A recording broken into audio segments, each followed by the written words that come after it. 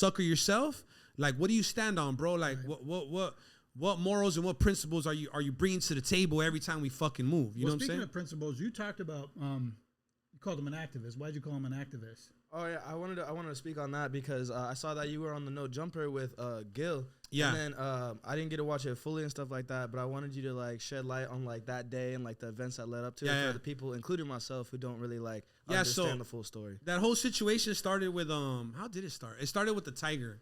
Tiger released a video that he took down. We as a community, as a people, felt like it was degrading. You know, we felt like it was stereotypical. Now let's for the people just watching this for the first time. Tiger put out a video called "Ay Caramba," where he dressed up like a fat cholo. I said he was dressed up like down from like a cholo. Yeah. But, he was eating burritos, I think, at one point. Tortilla chips. Chips. Yeah, shit like that. Just what you would typically make fun of. Well, it was raining tortillas. That's true. He was raining tortillas. At one point, he was dressed up as a matador. Yeah. Just the iconic things that you would make fun of Mexicans, or not necessarily Mexicans, but Chicanos. Yeah. In California, like this, the typical stereotypical things. Yeah, most definitely. And they're, well, the things that we value, to be honest with you, like the things that we're proud of, like our culture, like in general, from lowriders to our women to our food. You feel what I'm saying? Like we're very proud when it comes to our food, or else you wouldn't see our people on corners. Food, like, and by the way, probably most popular food in California is Mexican food. Yes, for sure. It's the most popular. Southwest, I would say. So Tiger uploaded the video, we spoke up on it, how we felt about it. You know what I'm saying? So, and we really took a bit. We really stepped up as far as like spreading the exploitation behind the video. You know what I'm saying? Because you got to educate people. You can't just tell people like, oh, we hate it because when it comes to that type of shit, you really gotta have you really got to have your points present. You feel what I'm saying? On why and this and this and that. Because when it comes to racial shit, it's worse than talking about the Raiders and Cowboys. Motherfuckers want stats. You know what I'm saying? Right. Motherfuckers want numbers, history. You know what I'm saying? So with that being said, dog, like Gil was able to get Tiger's attention. And Tiger agreed to meet up with him on Power 106, you know?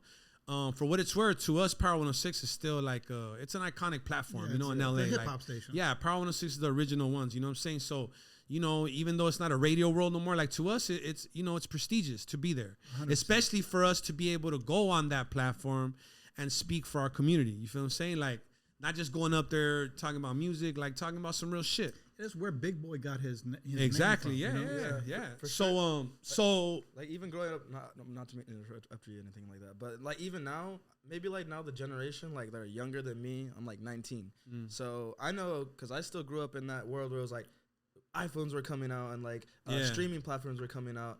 Like I still listen to like Power 106. Yeah, of course. Like, for sure, if you're into rap and hip hop since like you were young, you know what like the name Power 106 and stuff like that. Yeah. So of course, man. So it's a part of our fucking like culture. If you're in California, you know the us. Station. Yeah. Power 106. Where hip hop lives is their slogan. So we were able to push that agenda.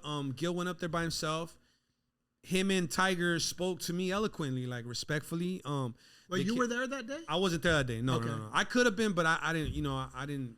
I just didn't go. You know what I'm saying? I felt like it was Gil's situation. He handled perfect. It very well. Yeah. It wasn't that type of setting for me to go. To me, to like get involved was like telling Gil he couldn't handle it. You feel what I'm saying? Right, yeah. And I know Gil can handle it, so that wasn't my issue. So Gil went. The communication was perfect. Tiger went his way. Gil went his way. Tiger took down the video, you know what I'm saying? Which was honorable because we all know what it costs to do those type of moves, you know what I'm saying? So, there's more powers than just him. It's not he can just turn off the switch. He's got to call the label, force them to take it down, which is probably wasn't easy for him to do that. Yeah. To be honest with you. Yeah, so so that took its place, and I'm gonna be honest with you, to a lot of people that didn't mean shit, but to us in the community, it made us proud. You know what I'm saying?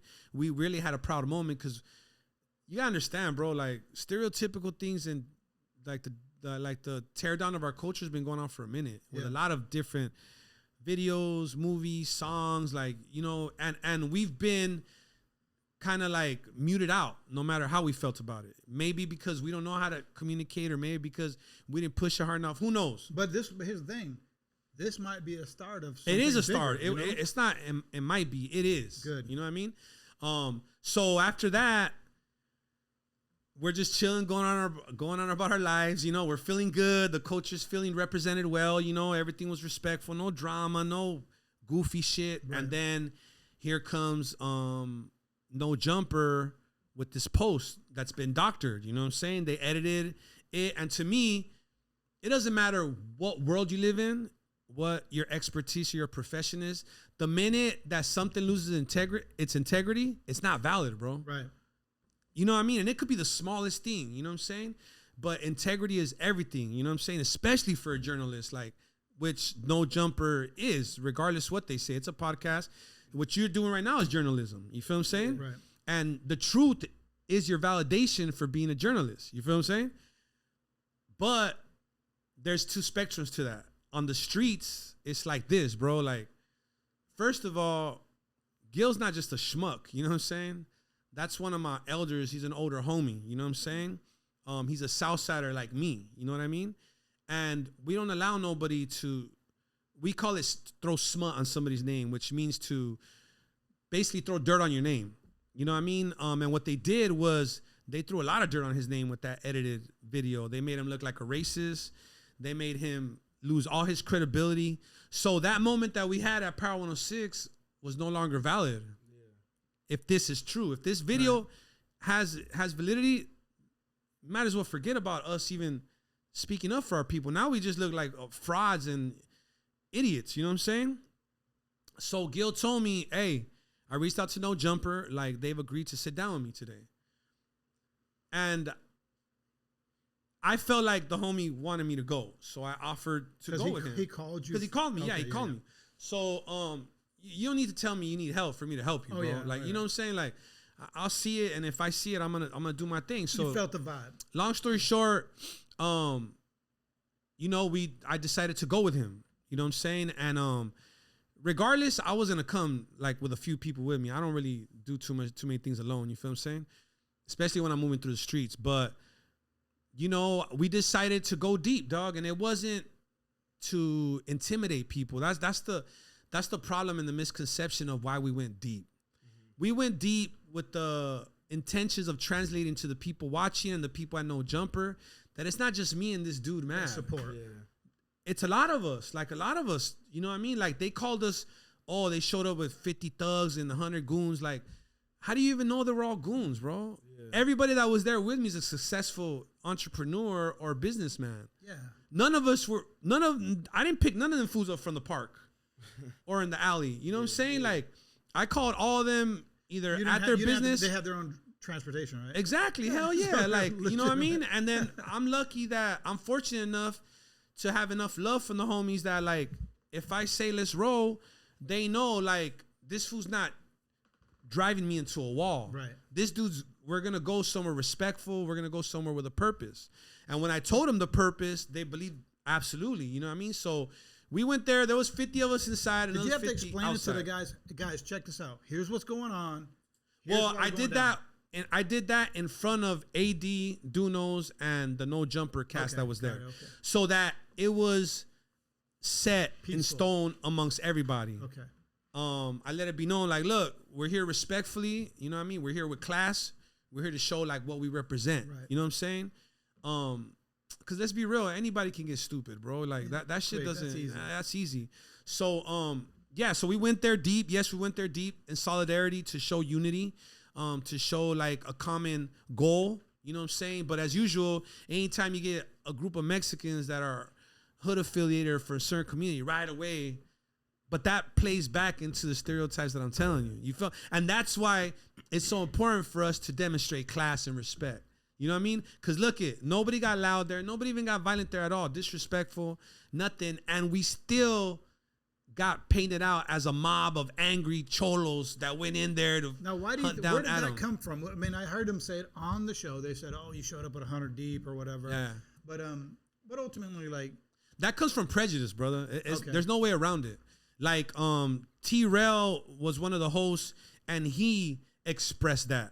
You know what I'm saying? I heard somebody say 100. And yeah, somebody said that like, oh, them fools came over here deep as shit. Like, if I would have been here, I would have got jumped. Dog, that's because you're prejudiced, my boy, and you just don't want to admit it. Just because you talk to one Mexican dunos across the desk from you doesn't mean you don't judge the rest of us by our color and by our community. You feel what I'm saying? I like feel where like we if live. I was in Adam's position, which I very could well be any time in my life, it's very possible to be in his position. If I would have went down there, I would have walked out to everybody, shook everybody's hand, say, hey, introduce myself. That's what AD did. Yeah. So that's right away. That would be the play. I'll put you like this. Sure everything's good. AD came out and waved us in before we even try to walk in. See, that's the way. Because AD is a real motherfucking genuine dude that doesn't see me as a fucking cholo. Yeah. I'm not a cholo to him. That's a threat to AD. You feel what I'm saying?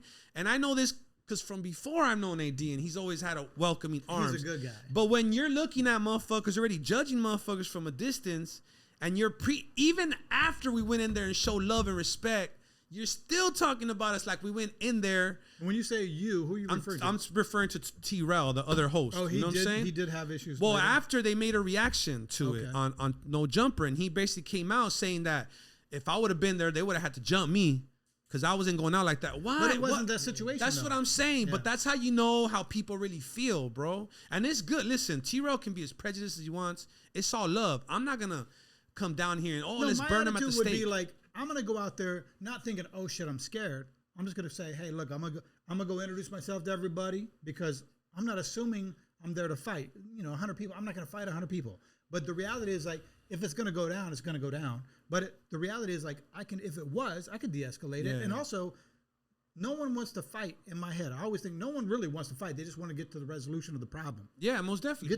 Get to the problem. People want respect, bro. At the end of the day. Exactly. And when you shake someone's hand, introduce yourself, make eye contact, they usually go, okay, this is a good dude, vice versa. I like you, you like me. And you go from there. I mean, and you can still hash out your disagreements. Most definitely, yeah. So we went over there, bro. AD welcomed us in. Dunos was there. Adam basically left a video message to address us as far as the issue, which basically said like, look, it's not personal. I thought it was newsworthy, so we posted it. That's what we do here. You know what I'm saying? I personally felt like that's not what I went there for a voicemail. You feel what I'm saying? Like, I didn't leave my house, leave my family and my kids for dinner, gather up all my comrades right here to go over there for you to just leave us a voicemail. You know what I'm saying? Like, maybe to you we're not that important, whatever. That's nor here nor there. You know what I'm saying? But you were a little bothered by that. I was bothered by hell yeah. Like, come on, bro. Like we deserve a little more than that. You feel what I'm saying? Especially when there's look, dog. This is what was it scheduled or was this? It was scheduled. Hell yeah, it was scheduled that day. That day it was scheduled. He knew we were going, but maybe you're right. Maybe it was scheduled days before. Okay. So I'll give him that benefit of the doubt, right? But like I said, if I had plans, I mean, like, and it's something. Well, for me, like if it was something that severe, I'd probably cancel my plans. Hey, this is a serious matter. I should show up. Or why don't you guys wait till I get back? Oh yeah, plan it around. Hey, I'll be back tomorrow. I'll be back tomorrow. Yeah. Because he was back the next day. So you didn't give you did not give him an option. You said, hey, dude, we can come down to today or tomorrow. You gave him options. Gil was the one that communicated with AD. Okay. So exactly if there was options or not, I'm not sure. There could have been, but there was communication. There was open communication. Yeah. There was no hurry to get it done. So the video was there. We felt like it wasn't. How should I say it, man? Like it wasn't enough, bro, to say the least. So I asked AD if he would call him and FaceTime him, and after FaceTiming, we just expressed to him how we felt about it and that we were demanding for that post to be took down. Right. Which he agreed, and he took it down, and pretty much like that was that. But did you feel good about that? I did, bro, but at the same time, I was like swallowing my pride, bro, because to me it's like he didn't really come out and say like, you know what? I was wrong. And you called me out on it and fuck it. You know what I'm saying? Like, my bad.